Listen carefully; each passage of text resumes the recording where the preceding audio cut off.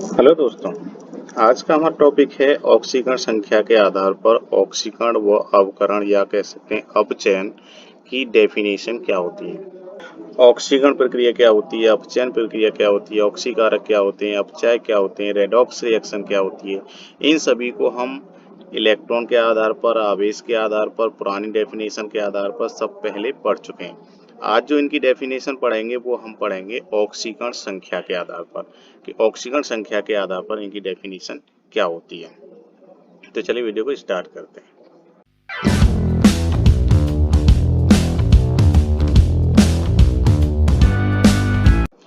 देखिए ऑक्सीकरण, सबसे पहले बात कर लेते हैं हम ऑक्सीकरण। ऑक्सीकरण क्या होता है कि वह प्रक्रिया जिसमें तत्वों की ऑक्सीकरण संख्या बढ़ती है। यहाँ ध्यान देना है, तत्वों की ऑक्सीकरण संख्या बढ़ती है और जिनमें तत्वों की ऑक्सीकरण संख्या बढ़ती है वो कहलाती है प्रक्रिया ऑक्सीकरण। जैसे हम बात करें एग्जाम्पल की तो SnCl2 और SnCl2 से बन रहा है यहाँ पर SnCl4। तो यहाँ अगर इसकी ऑक्सीकरण संख्या निकालेंगे तो यहाँ पर +2 निकल के आएगी और यहाँ पर +4 निकल के आएगी। तो देखिए यहाँ 2 से 4 हो रही है, यहाँ 2 से 4 हो रही है, यानी +2 बढ़ रही है ऑक्सीकरण संख्या।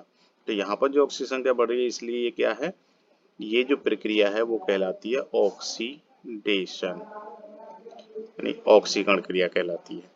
ऐसी एक और देखें तो हम FeCl2 से बनना है यहाँ पर FeCl3। तो यहाँ पर देखिए इसकी अगर ऑक्सीकरण संख्या निकालेंगे तो यहाँ पर +2 निकल के आएगी और यहाँ पर +3 निकल के आएगी। ऑक्सीकरण संख्या कैसे निकालते हैं उसका वीडियो हम पहले बना चुके हैं, उसका लिंक नीचे डिस्क्रिप्शन में है, आप चाहें तो वहाँ से जाकर देख सकते हैं। तो देखिए यहाँ पर भी 2 से 3 बनना है, तो यहाँ पर 2 से 3 हो रहा है या 2 से 4 हो रहा। कहने का मतलब है कि जहाँ पर तत्वों की ऑक्सीकरण संख्या बढ़ रही है वो प्रक्रिया कहलाती है ऑक्सीकरण। अब दूसरा है अपचयन। अपचयन, रिडक्शन या अवकरण भी बोलते हैं इसको। इसमें क्या होती है कि तत्वों की वह प्रक्रिया जिसमें तत्वों की ऑक्सीकरण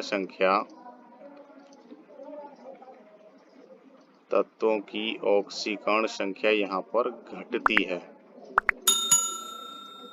अगर हम इसकी बात करें तो इनको अगर इस तरीके से लिखें एग्जाम्पल में कि SnCl4 से बनना है SnCl2।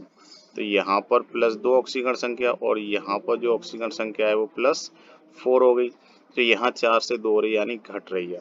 तो जिसमें ऑक्सीकरण संख्या घटती है उसे क्या कहते हैं, अपचयन। वो प्रक्रिया कहलाती है अपचयन। एक और एग्जांपल अगर हम देखें यहाँ पर तो HgCl2 और HgCl2 से बनना है Hg2Cl2। अब देखिए इसकी ऑक्सीजन का देखेंगे यहाँ पर +2 निकल के आएगी और इसकी देखें तो यहाँ पर +1 निकल के आएगी। तो यहाँ पर भी जो ऑक्सीकरण संख्या है वो घट रही है, डिक्रीज हो रही है। तो ये सभी जो प्रोसेस है वो कौन सी कहलाती है, अपचयन कहलाती है। अब देखिए जिसका ऑक्सीकरण होता है उसे अपचायक कहते हैं। तो यहाँ पर अगर हम बात करें इसकी SnCl2 की तो यहाँ पर ये क्या है, अपचायक का काम कर रहा है। और यहाँ पर SnCl4 है वो किसका काम कर रहा है, वो ऑक्सीकारक का काम कर रहा है। अपचयन, जिसका अपचयन होता है उसे ऑक्सीकारक कहते हैं। ठीक है, अब बात करते हैं रेडॉक्स रिएक्शन की। रेडॉक्स रिएक्शन, रेडॉक्स रिएक्शन कौन सी होती है, रेडॉक्स रिएक्शन वो होती है जिसमें ऑक्सीकरण अपचयन दोनों क्रिया साथ साथ होती हैं। लेकिन ऑक्सीकरण संख्या के आधार पर हम इसकी अगर डेफिनेशन लिखेंगे तो वो किस तरीके से लिखेंगे कि वह प्रक्रिया जिसमें ऑक्सीकरण संख्या परिवर्तित होती है। यहाँ लिखेंगे ऑक्सीकरण संख्या परिवर्तित होती है, चेंज होती है, तो वो प्रक्रिया कहलाती है रेडॉक्स रिएक्शन। इसमें दोनों ही प्रक्रियाएं साथ साथ होती हैं, ऑक्सीकरण और अपचयन। जैसे SnCl2 प्लस FeCl3, तीर का निशान, SnCl4 प्लस FeCl2।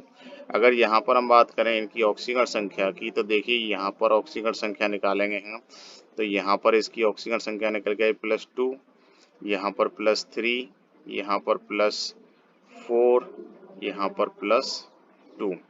अब यहाँ Sn से Sn बनना है और यहाँ Fe से Fe बनना है, तो यहाँ पर क्या हो रहा है, -1 कम हो रही है और यहाँ पर +2 ऑक्सीकरण संख्या बढ़ रही है।